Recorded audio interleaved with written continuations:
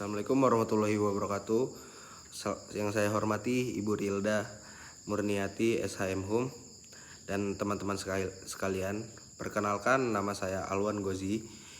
Di sini di kesempatan kali ini saya akan memaparkan makalah saya yang berjudul Urgensi Etika dalam Praktik Profesi Hukum.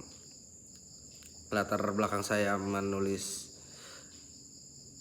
makalah ini, profesi hukum seperti advokat, jaksa, hingga notaris memegang peran yang sangat penting dalam menjaga keadilan dan penegakan hukum di masyarakat. Tapi dalam praktiknya para profesi hukum ini seringkali dihadapkan pada dilema etis yang tidak selalu bisa diselesaikan hanya dengan aturan hukum tertulis. Disinilah pentingnya etika profesi hukum yang bukan sekedar pelengkap, tapi jadi landasan moral agar kekuasaan hukum tidak disalahgunakan. Saat ini saya lihat banyak kasus dan penyalahgunaan wewenang oleh aparat-aparat penegak hukum yang menunjukkan lemahnya penerapan etika profesi. Karena itu, etika profesi bukan sekedar aturan normatif, tapi kebutuhan dasar yang untuk menjaga martabat hukum. Rumusan masalahnya dalam makalah ini ada 4 hal yang utama saya angkat. Yang pertama, adanya apa itu etika profesi hukum dan perannya di Indonesia. Yang kedua, mengapa etika profesi jadi hal yang sangat mendesak.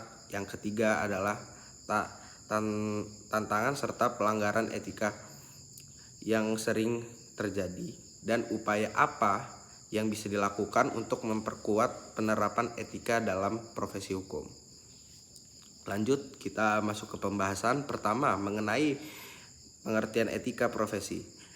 Etika profesi hukum adalah seperangkat nilai norma dan prinsip perilaku yang menjadi pedoman bagi profesi hukum seperti advokat, jaksa, hakim, dan notaris. Etika ini tidak hanya mengatur hubungan dengan klien, tetapi juga dengan sesama profesi hukum, aparat penegak hukum lainnya, dan masyarakat. Tujuannya untuk menjaga martabat profesi hukum dan memastikan setiap tindakan tetap sesuai dengan prinsip keadilan dan integritas. Misalnya, seorang advokat wajib menjaga kerahasiaan klien tersebut, bersikap jujur, mengadili, dan menghindari konflik kepentingan. Kedua, tentang urgensi etika dalam praktik hukum. Profesi hukum menyangkut hajat hidup orang banyak dan kepercayaan masyarakat. Ketika penegak hukum melanggar etika tersebut, dampaknya bukan hanya kepada individu, tapi juga pada kepercayaan publik terhadap lembaga hukum. Misalnya, hakim dapat menerima suap atau advokat dapat membocorkan rahasia-rahasia klien. Kedua hal ini bisa langsung merusak legitimasi institusi hukum. Sayangnya, pelanggaran etika ini sering terjadi karena lemahnya pengawasan dan rendahnya kesadaran moral. Oleh karena itu, etika profesi hukum harus diinternalisasi, bukan sekedar formalitas. Ketiga, soal pelanggaran etika dan pelanggarannya. Pelanggaran etika dalam dunia hukum bisa berupa kolusi, penyalahgunaan wewenang, manipulasi alat bukti, hingga konflik kepentingan yang seringkali disembunyikan. Tantangan terbesar adalah lemahnya saksi, tumpang tindihnya wewenang organisasi, profesi, dan budaya primitif di lingkungan kerja. Ditambah lagi tekanan politik, ekonomi, maupun masyarakat seringkali membuat para profesi hukum harus memilih antara pertahanan etika atau mengikut kepentingan tertentu. Di sini diperlukan integritas moral dan keberanian untuk tetap berpegang teguh pada etika. Keempat, mengenai upaya menguatkan etika profesi. Upaya ini bisa dilakukan melalui pendekatan struktural, kultural, dan secara struktural. Secara struktural, kode etik profesi harus ditegakkan dengan wewenang yang independen dan transparan. Lembaga seperti Pradi, Komisi Yudisial, hingga Mahkamah Kehormatan harus diberdayakan secara maksimal.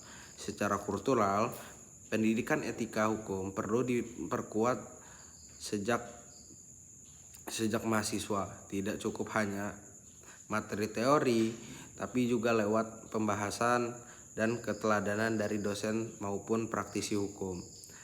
Karakter etis yang kuat harus dibentuk sejak dini.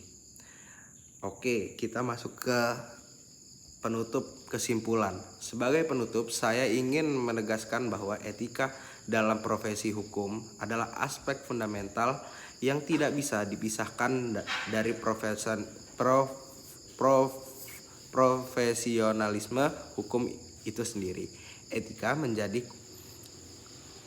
kompas moral bagi profesional hukum agar tetap berada di jalur keadilan dan kejujuran dan integritas. Pelanggaran etika bukan hanya berdampak pada individu, tapi bisa mencoreng nama baik institusi hukum di mata masyarakat. Karena itu, peran etika harus lebih dari sekedar simbol, melainkan harus menjadi bagian dari karakter profesional hukum. Upaya menguatkan etika perlu sinergi antara pengawasan lembaga, saksi yang tegas, dan pembinaan karakter sejak awal pendidikan hukum. Sekian pemaparan dari saya. Terima kasih atas perhatian teman-teman dan ibu dosen. Wassalamualaikum warahmatullahi wabarakatuh.